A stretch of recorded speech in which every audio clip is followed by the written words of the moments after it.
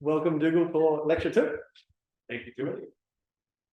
So I wanted to start this one with a little bit of a very, very quick kind of recap of localization in the form that I want to say it for the things I'm going to say later. So this is mostly just the border of the text. So this will just sit on the side and look at it at the time if you want. So let me just sort of quickly recall. So for me, I've always got some connected reductive group G over C, hanging around with the Borel, may equal to the Borel, the N be its uniform radical. And then you can do the group version of what Dragon was doing yesterday and form this sort of abstract Cartan, B1N. And it's abstract because it's sort of canonically independent of the twist B. And then by sort of your usual yoga, you get some set of roots, which you can think of in the dual of the Lie algebra with the character group of course.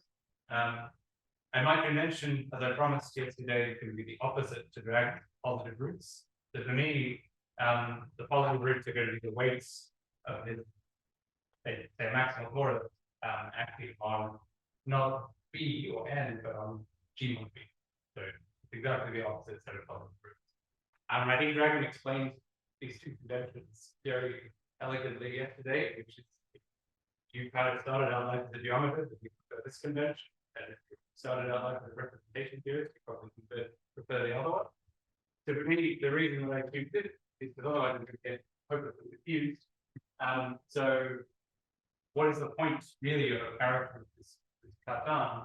It gives you a line bundle on G mod B. Right overview, you as a character. And then if you choose the roots like this, then mu being dominant, your notion of positivity of these things, is the same as saying that there's a line bundle positive and semi-alpha one now. So mu is regular dominant. This is an ample line bundle. I can't get into the ample line bundle, but it can. Okay. Let me also fix the notation for the differential operators. So this is my nice hack constructing the ring, just to get it down. So I have all these line models and characters to the door. So I can package these all together in some principal H bundle over the D1B, which is D1N. And then this is just the associated bundle construction for characters H. And so this space is sometimes convenient to have hanging around. So the torus bundle over D1B. And then for lambda in the dual of the Lie algebra of H, I can write down this formula. What I do is I take differential operators of G1N. That's a sort of cheap, canonical cheaper rings on G1N, but it has a sort of H action, almost naive sense. So I can kind of send it down to the quotient. I get some cheaper rings on G1B. Okay, I'll write them. Now, if you think about what that cheaper ring looks like, you realize that it naturally kind of surjects onto different operators on G1B, and the sort of rest of it is a copy of the is kind of generated by the sort of vertical vector. And so the copy of the symmetric algebra of the algebra page. And now what I can do is I can kind of kill this symmetric algebra in a few different ways. So I can pick a lambda and then set this to act by lambda in my consideration. And so that's one way of constructing. You can sort of think through this construction in an example. This is a ring of different operators. And now Beilinson-Bernstein, which says if I assume lambda is dominant rather than anti-dominant by convention, then any d lambda module. So there are kind of two statements about d lambda modules you have to prove to kind of get this Beilinson-Bernstein localization. You first prove that they have vanishing cohomology. This implies that global sections is exact for one of the key things. And then if in addition lambda is regular dominant, then you prove that the global sections actually generate the whole D module in this sense. So I can D module is globally generated. And once you know these two facts plus a little bit more, you get kind of really reasonably easy to follow. You have the equivalence of categories. So what I'm going to talk about today is aiming towards two of the kind of main results are generalizations refinements of these two statements for this one. That's why I'm in that. So my aim today is to state the theorem, which I didn't, theorems about, which I didn't do any of yesterday. More precisely, what I want to do, or at least what I want to start with, is to kind of upgrade the Beilinson-Bernstein from E modules to Hodge modules.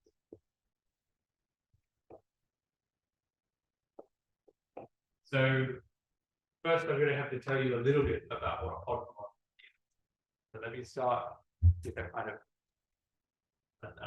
a rough introduction to Hodge module. Well, of course, I'm never going to. This is all one caveat on the system. Right? I'm not going to give you depth on hopelessly complicated. Take several lectures to actually explain, but I will give you the flavor of the depth. So I'm just going to, for now, just start with some smooth projective variety. Sorry, fuzzy projective. This is not the most general setting, but it's the setting I need. Okay. So there are kind of two flavors of Hodge module, out and white. So the first one really that you meet. So if you look at, you read, actually go back and read side effects. This whole theory of Hodge module. You go back and read, look at side papers. He wrote kind of two foundational paper topics.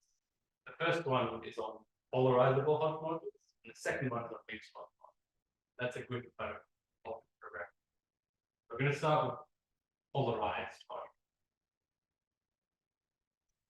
I know these are wrong. So I said the definition is hopelessly complicated. This is true if X is some general variety, but when X is a point, it's some sort of reasonably explicit linear algebra. Let me start by explaining what these things are. So you define these things polarized Hodge structures. Polarized Hodge structure, weight some integer W is so my data for now are going to be three things.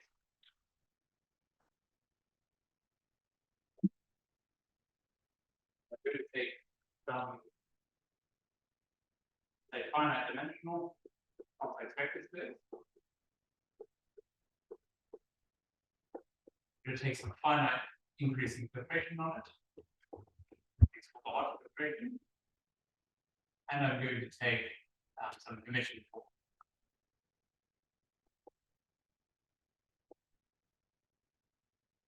And then this thing is a polarized Hodge structure here. So you need two conditions. One, you need to have some sort of version of the Hodge decomposition. This is all generalizing something that happens in cohomology variety.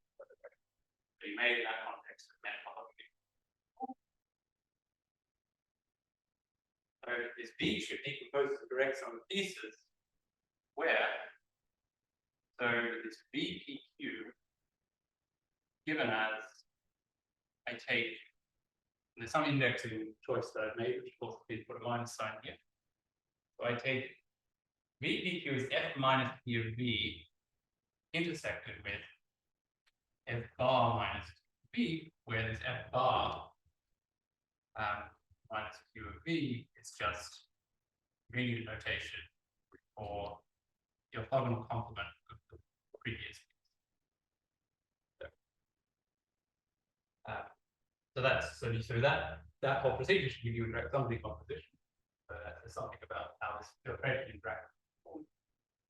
And then you should also have a signature property. If I restrict this form to these pieces that by this construction have to be orthogonal to the rest. And on each piece, this thing is going to be not quite positive definite, but sort of alternating, definitely alternating sign. Now that's a polarized structure. And this sort of Let's get the minus P minus 1 and minus P minus 1. Yeah. So where P plus Q is delta. W is a fixed phase examination. Yeah. So this depends on the. As really you should add W as part of the data. The way this is expressed. Or you could add F bar as part of the data.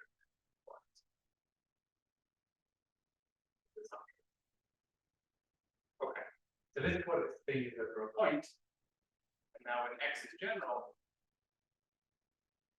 I get is so the data at least. So I have the same kind of thing. I have an M, an F, and an S. Where now M is going to be a regular polynomial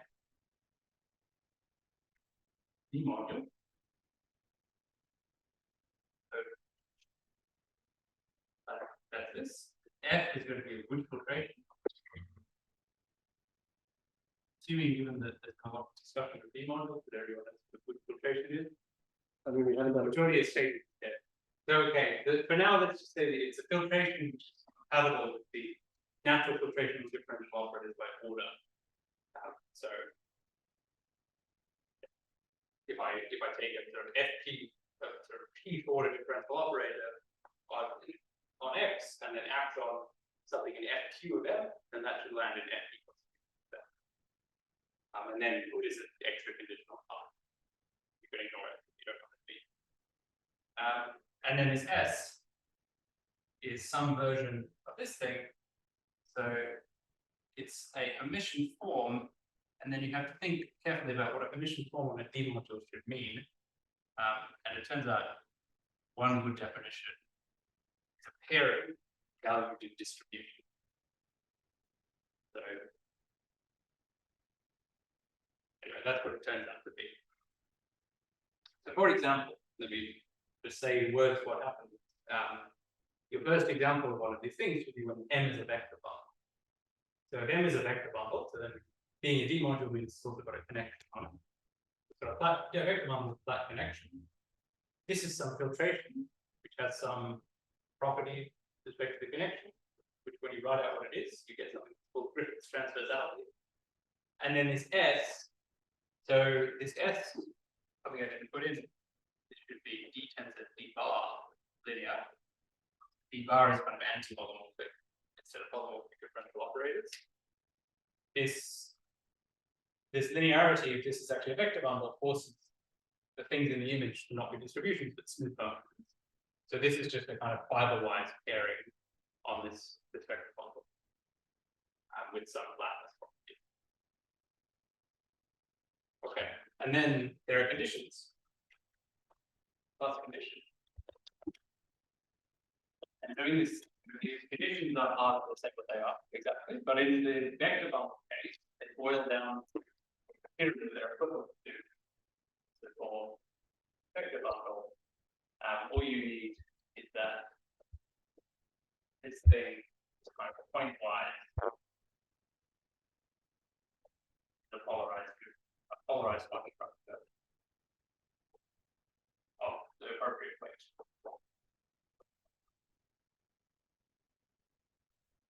And then, so if M is a vector bundle, it makes sense to really take fiber. This all makes sense. If M is not a vector bundle, it doesn't make sense to take the fiber, and you have to do something else. And I won't really go into, I'll give you an example of something in a little while, but I won't go into exactly how this definition works. The keyword is nearby and vanishing cycles. Or the other keyword is V filtration. Okay. So let me, well, now I think we need the next. So that's polarized. The other version is mixed Hodge modules. You both play wrong. So mixed Hodge modules are what you get when you try to take extensions of Hodge modules of different ways. So let me just say, over a point, you get the category of mixed Hodge structures, if you know what that is. In general, you get some some data that looks like this.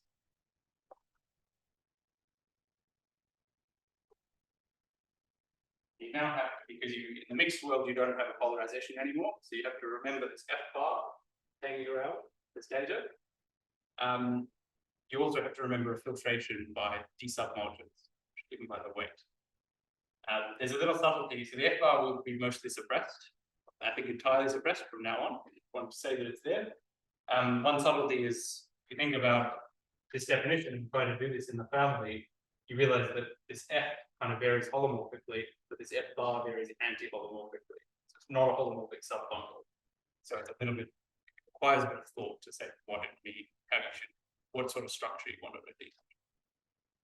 So what was the C here? Well, that's the little bit of thought about what it means. So this is the complex conjugate D module, which I won't define. So I just want to emphasize it's not really a filtration on M, it's a filtration on some of the prefix. And for that reason, it will be never mentioned again. Well, almost never mentioned. Okay. And so the reason that you do this mixed version of the theory, in some perspectives, the polarized things are what you're really interested in. Certainly that's what we're interested in for these unitary representation things. The reason that you want the mixed things is because there's some really nice category of good properties, sort of functorial properties. So it's a good way of kind of constructing polarized things and controlling them somehow. So the key properties, this is a whole list of things. We listed a few in the paper. If you want to kind of a sort of an introduction to this geared towards other things, which is slightly less vague, but not all that much less vague than but so the key properties are this mixed thing is that this is abelian. It's not at all obvious if you just look at this, even if it's over a point vector space with a bunch of filtrations. It doesn't look like an abelian category. But miraculously, it turns out that it is. So it's abelian, and every sort of a key part of that is that every morphism is strict with respect to all the filtrations. The strict just means you have a map between filtered distinct vector spaces. You get an induced filtration on the image coming from the image of the filtration on the domain, and you get another induced filtration on the image coming by restricting the filtration on the target. Strict means those are the same. So in particular, any exact consequence of this, any exact sequence of mixed Hodge modules gives you an exact sequence every step of every filtration. That's something that's frequently used. The other thing it has is it has some sort of six function formula. So let me just say, for example, so if I have a morphism, from X to Y, with two different cases, I get, totally squeeze this in the bottom, so I get sort of standard kind of functors between these derived categories. Okay. And these satisfy, if you know these functors from, say, constructible perverse sheaves or holonomic B modules, these satisfy all the same properties. And they're compatible with the forgetful functor, just the regular holonomic B module. In case anyone's played with perverse sheaves, but not regular holonomic B modules, the two categories are equivalent. So this you could equivalently think of as a perverse sheaf, although they're filtrating. It's a long story about what these filtrations. So the W filtration is filtration of B modules, but yes, filtrations are like that's correct. Yeah. So this is just a filtration by the pieces of D submodules, whereas these are filtrations that interact with the filtration on the ring P in a prescribed way. But they're not. If they're not FP of M, it's not D module. And that is an important point. Otherwise, things that were about things that I'll state in a little while would be sort of trivial.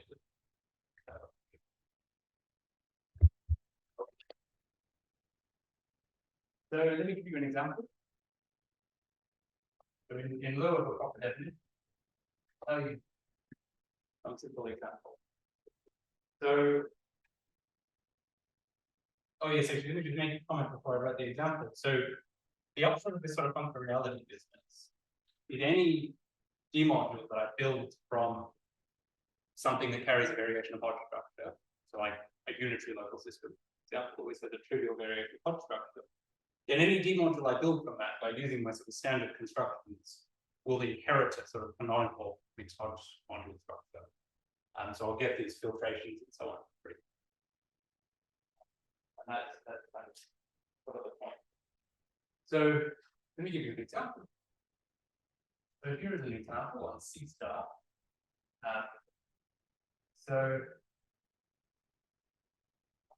my favorite family of key modules on C star. So this is just the O module, it's just O. So Z is my coordinate star.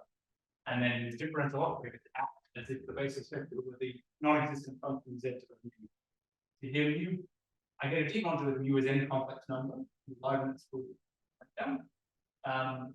In order for this to be a mixed, so this becomes a Hodge structure, a Hodge module, as long as lambda is real. So if lambda is real, then its local system is unitary. Honored every providing all norm 1. And so then I partially applies. But this is the mixed Hodge module. So I get, if I write J C star to C, the inclusion, I decided that I get some mixed Hodge module structure on J star. And if you haven't, which is quite probable for some people in the room, if you haven't seen all of these functors for D modules, at least this one, when you have an opening like this, is just a usual sheet with as a D module. This thing is going to be the side of C. And so I also write the same formula for that, but now viewed as a model of the smaller thing, right? I have to set it more complicated model over that smaller thing. So what is this? So I tell you this has a mixed Hodge structure. What's the Hodge filtration? The Hodge filtration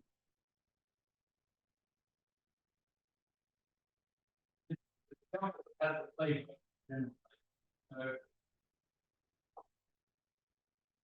I look at each piece of this.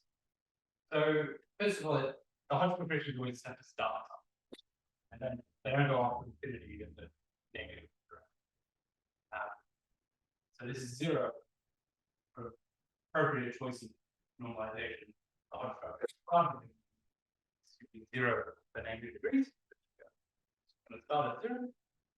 And then if P is greater than or equal to 0, you get a span. Say what it is, you get a span of vector Z of mu. So each of these things is Z for something. So W. Where the condition is that U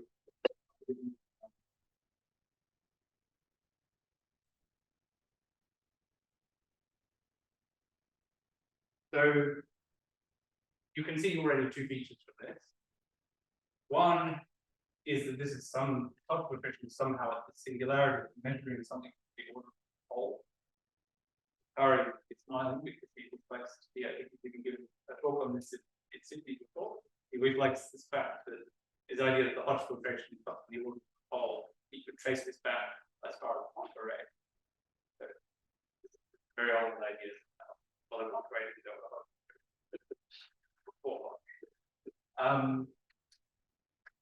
The other thing you'll notice is that there's some inequality involved. So this is sort of the general sort of flavor that Hodge filtration is defined by some kind of semi-algebraic inequalities on monotone. And that's sort of what gives it sort of power to control whether something is positive or not. You can also stare at this for a while as the latest kind of square it some normal way that makes sense. Really follow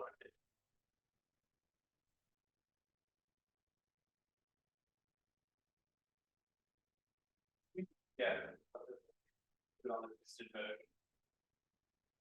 So weight filtration? Weight filtration, yeah, good question. So I'll need to say the word. So if mu is not an integer, this is an irreducible thing. The weight filtration has to have a step, but if it's submodel, so this is pure in that case. When mu is an integer, then this, so if mu is an integer, then this contains a copy of the trivial level system on C. That's the bottom of the weight filtration. So that's the weight. I haven't told you how I normalize it, but I guess the weight is one. So that's the weight one piece. And then co-kernel is again reducible to delta 0. And that's the weight two piece.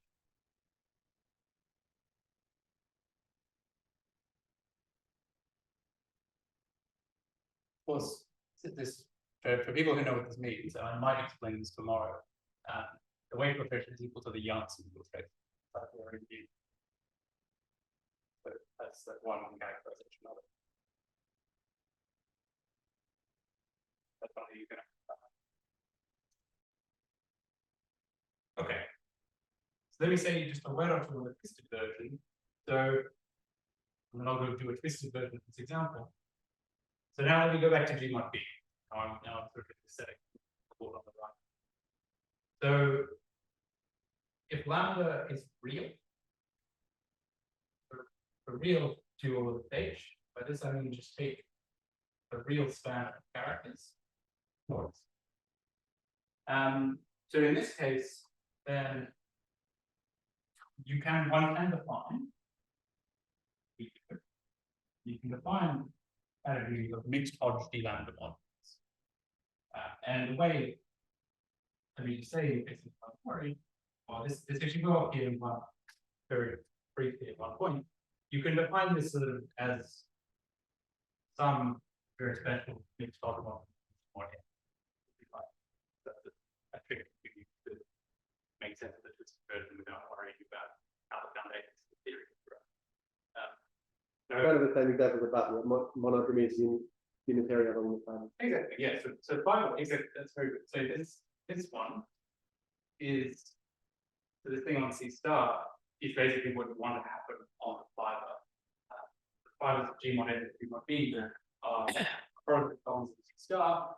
You want to have looks just like this. Maybe you can take you to keep that appropriately. And that's the category. So exercise, an exercise maybe you want to do at some point, want to think about this, is why you can think of d lambda model without any other structure as something when you model it. And this structure is under that's. So why does mu have to be real? So as George said, so if mu is not real, then this is not a unitary level system. So you can even see just looking. So if you look at I kind of more or less gave you the definition on a variation point structure. But basically, the F has to come contribute because it's just a random one vector bundle. So this polarization, what this has to be, is some kind of flat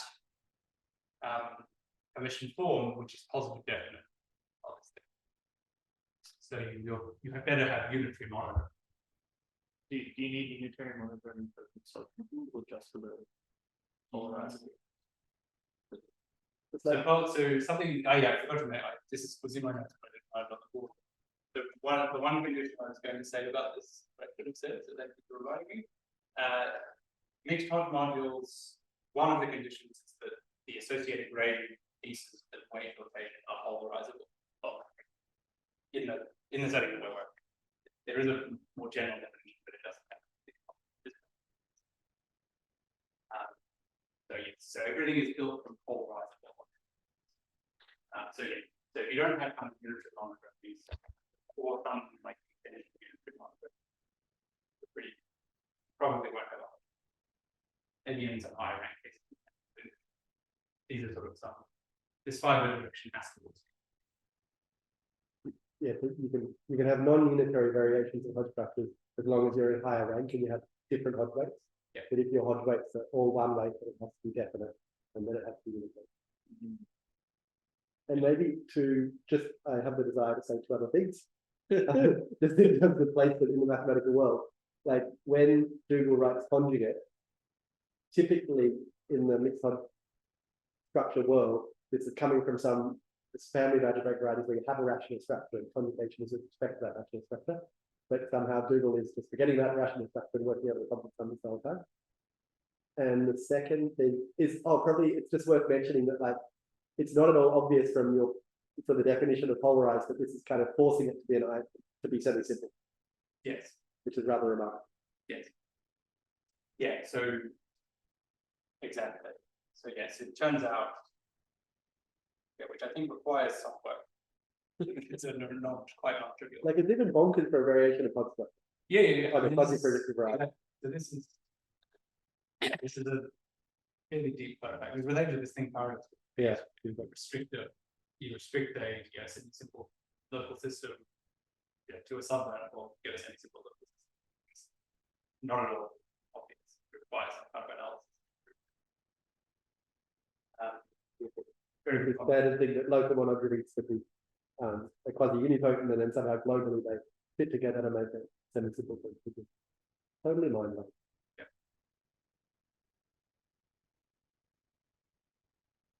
Yeah, so this is a good base. So we like to tell you the rational structure thing. So indeed, when you do sort of Hodge theory properly, as it great geometry, you have these rational structures, and these are really interesting parts of the structure. So this polarized Hodge structure is a very pedestrian thing with complex function. It becomes much more interesting sticking on a rational function is almost a lattice in the thing.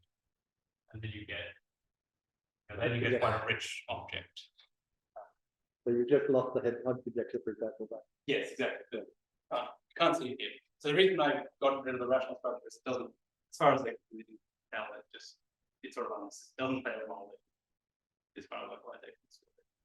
Did you put it in there? You don't need it, you get, it's not even clear what structure it gives you on the books. Rational structure is suddenly defined by the reading of More objects this way. yes, and really interesting, they're not all the ones. 1, 0 structure. Not all of these So that's admit a one. rational structure. The monodromy might be irrational. Lambda is not. Then this local system doesn't admit a rational structure. Or even structure over a number. Yeah. And then we want a lot of linguistics, but not necessarily. It's not a huge game, but it's a game. Okay.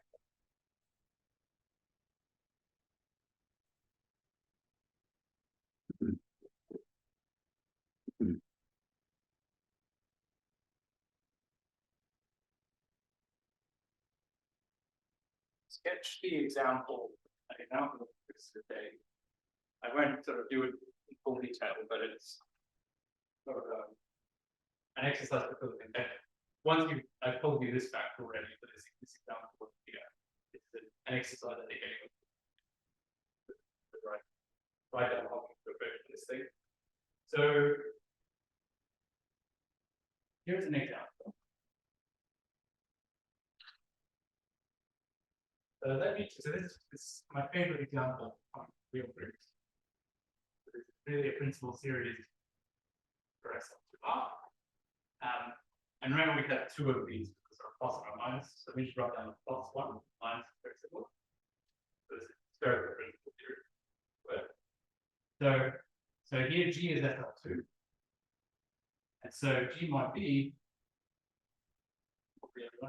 P1.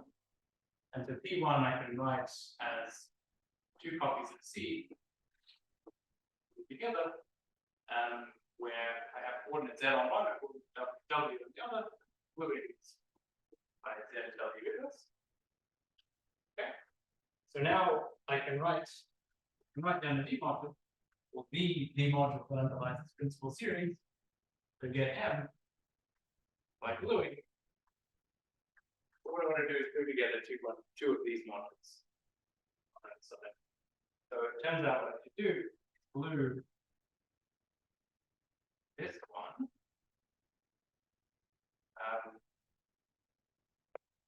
Do the same thing on top. So that's this one. Today you see this the dragon method. In this case, for instance, the monochromes are 2 points the same. Here, and the gluing sets z to the lambda minus 1/2 to exactly this. And you'll notice there's a twist here because, of course, if this were a genuine D model, I would have to set z to W inverse. So I could get minus this. So because I don't, there's a twist. This works out exactly that. Okay, so that's module. Now you can ask what its logical vector is. The exercise. I'll tell you the answer. You get the index right. Hodge filtration. Because it's an O module, this is just function. This is just the put forward of O on T1 minus T1. That's very well module. The Hodge filtration is interesting though. So the Hodge filtration is FP and again by formula 4. You either get 0 is less than 0, or you get this line model.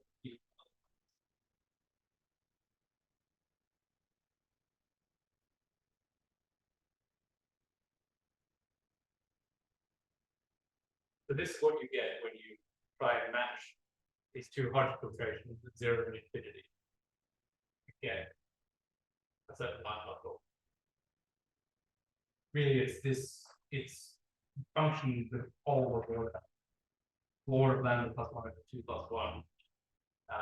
Sorry, plus b at each of the point. It's like a function. Again, it's an order of all the points in this lambda. So obvious comment or question is that this is easy on reality and this sort of stuff. Yeah, exactly. So the fact that this is the exercises for each of these pieces, where you get this Hodge filtration in the relative coordinate, and like that. Yeah, I guess that's a very simple example. The math for us. So here are all these Hodge filtrations. These are those main theorems that are paper that deal with Hodge filtration. So just to be like super annoying. Yeah. So yeah, I'm just trying to pass this. So you have an explicit filtration of this thing, and you're saying that is isomorphic to O of plus. Yeah. But maybe I can be more.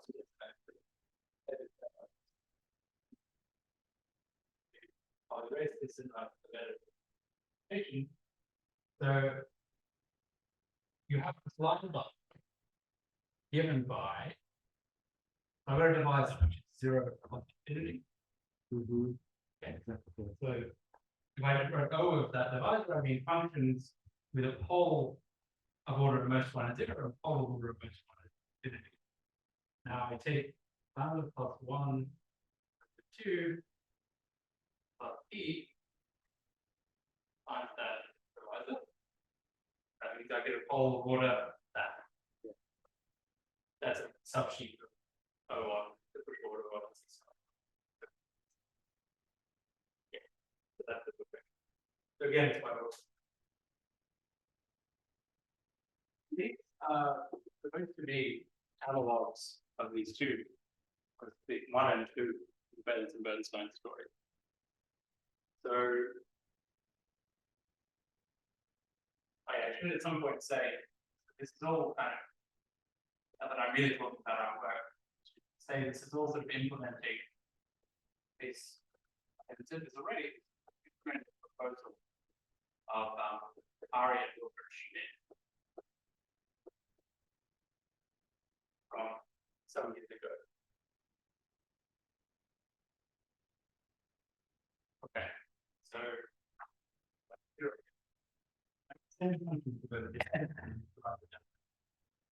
Let me assume this lambda, this thing is real. Let me assume that it is real dominant. Real dominant is what you think it means. So what I mean is that pairing with any positive coroot is pies that are non-negative. Because it's real, this inequality makes sense. But this is different to the integral dominance condition that appears in Beilinson-Bernstein. Okay. Lambda is not one. And so the first theorem is that you have a Hodge version of this vanishing.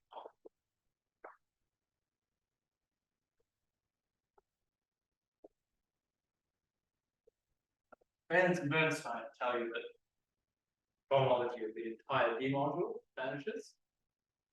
We've got a filtration of this huge D module by coherent submodules. So you notice here the general fact is coherent, where n is not a coherent G. And it's so it's a much stronger statement that all of those pieces don't together. I'll probably use it at some point. I think I maybe didn't write this in a paper anywhere. Say, after reading the report between the two, a nice exercise. If everything else is sort of lost. This is equivalent to saying that all grade pieces have vanishing cohomology.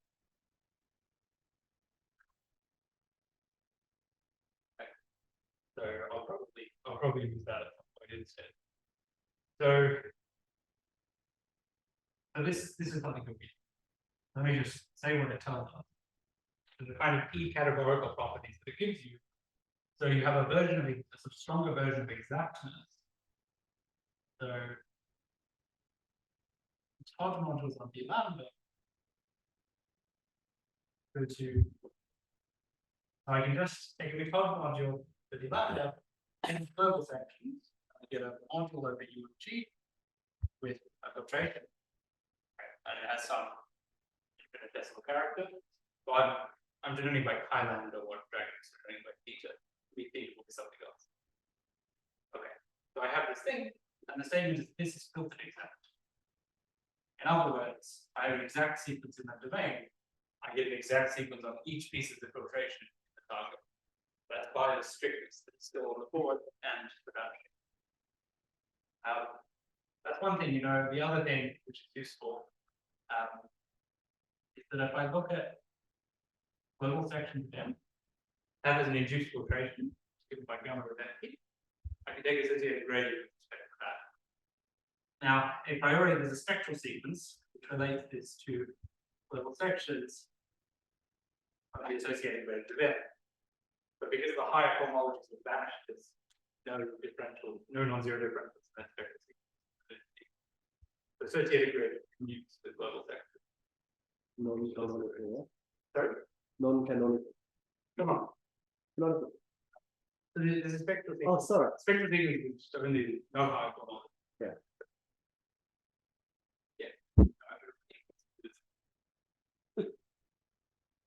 Yeah, I mean, this was known by Griffiths for discrete series, long time ago. Cryptic remark, at least it was cryptic for me, Schmid's paper on Leibniz. Okay, thank you. That this cohomology of this graded pieces vanishes, and that he couldn't prove it. Schmid couldn't prove its use of representation. Yes, so this picture on one thing. When we posted something on the version of the paper on the arXiv, that's the erroneous statement that some special cases of this are new. As TCR also pointed out, the traffic pointed out, they were not But they were not also an expert. they were not going to, they were not It shouldn't be. You shouldn't name. So yes, there's a caveat if you're looking at the paper. We are now aware of this. an extremely special case. It's not that extremely special. So Griffiths basically addresses.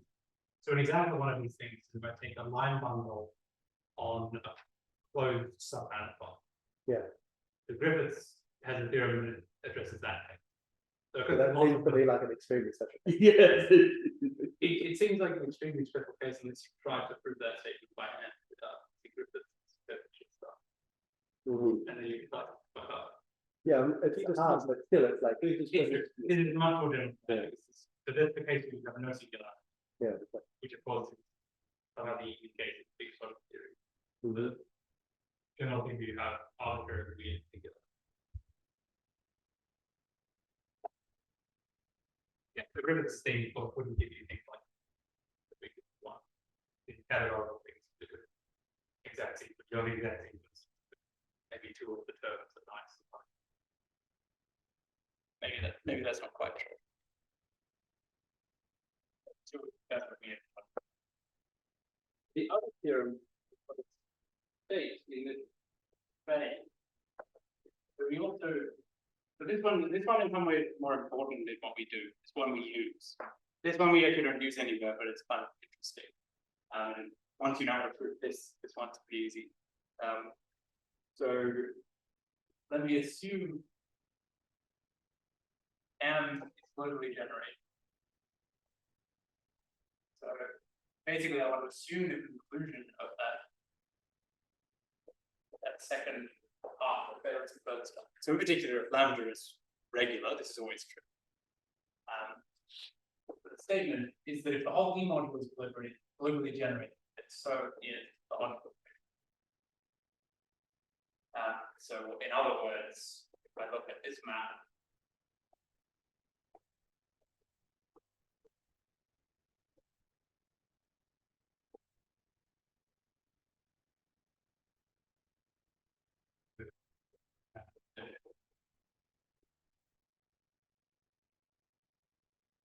so if I know the Hodge filtration on the image, then I actually know what else it is that should generate.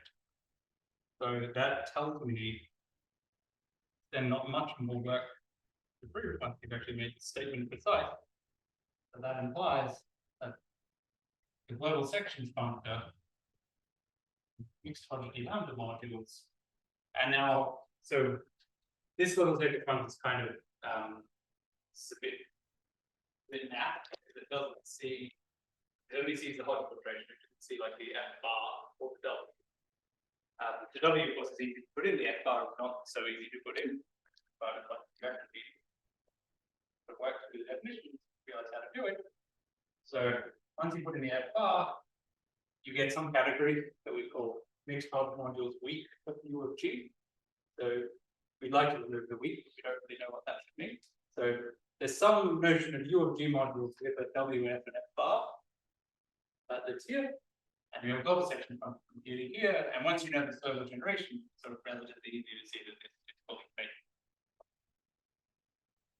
This is kind of a weak version of this Beilinson equivalent statement. Fully baked with lambda information. So Beilinson-Bernstein has equivalence of categories. We have an equivalence of categories, but we don't know what the image is. There's some subcategory in here which is equivalent to this. We don't know how to characterize it intrinsically on this side. Maybe one day we will. Okay. So that's the Hodge filtration.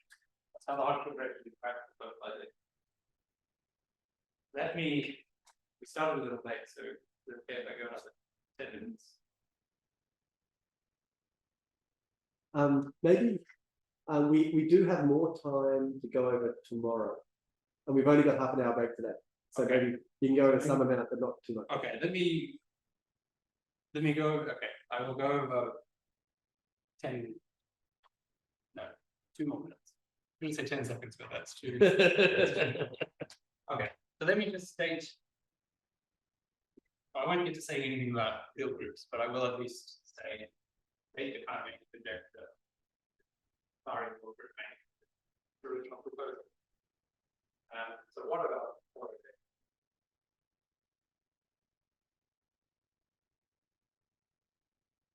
So you can put polarizations into this story. And so this currently will probably write down this construction. So given the polarization, okay, polarization this map from M tends to M bar into distributions on G mod N. It's very special distributions on G mod N. You can construct some pairing on the global sections. So what you do is you take a section and a section and you integrate. So this is a distribution. Okay. If you don't know what a distribution is, sort of the things that you can integrate against compactly supported polymorphs. So what I can do, so this G mod N is not compact, but it's got a compact plus some fiber direction where everything is nice. So let me fix a kind of, let me just get rid of the fiber direction and just look at the compact bit. Compact bit is a compact form for G. So the fixer in this construction there's a choice of a compact real form for G called U1. And then I can integrate over UR this distribution by pairing. That gives me a number, that's the pair. That's an emission form. And now you can just assert as long as in this dominant situation, dominant lambda, you can show that if your original pairing S is non-degenerate, precise sense, which is in the obvious sense, which polarization was up, then this integral pairing is non-degenerate. With respect to the color pairing, you know this pairing, you can cover this one. So then a conjecture. So you said that pairing is non-zero. So the conjecture is that it's stated in two ways, and I'll stop. So if I look at this form, restricted to these kind of FP and the set orthogonal complement of the previous piece, then this, after some normalization, is -1 for PK.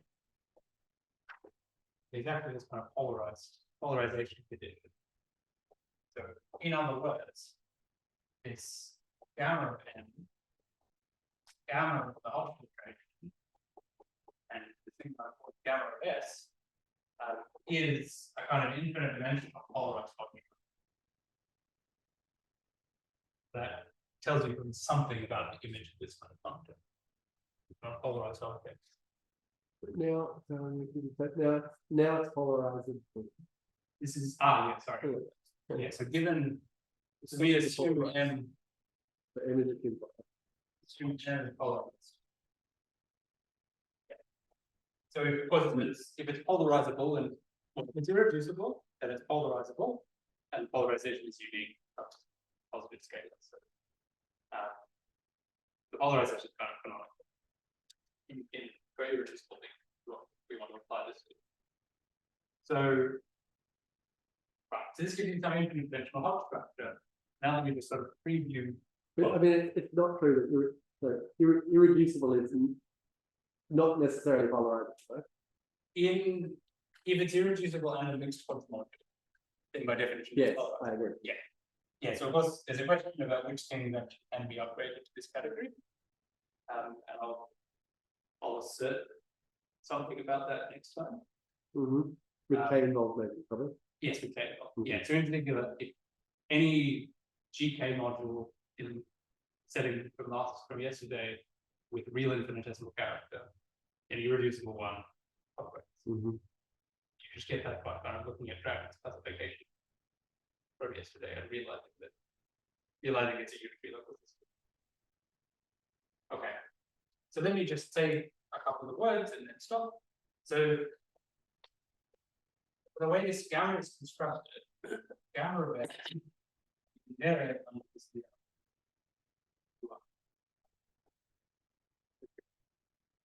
now, like the very end of the last talk, I sort of squeezed in and mumbled something at the end about this unitarity algorithm working with UR very important.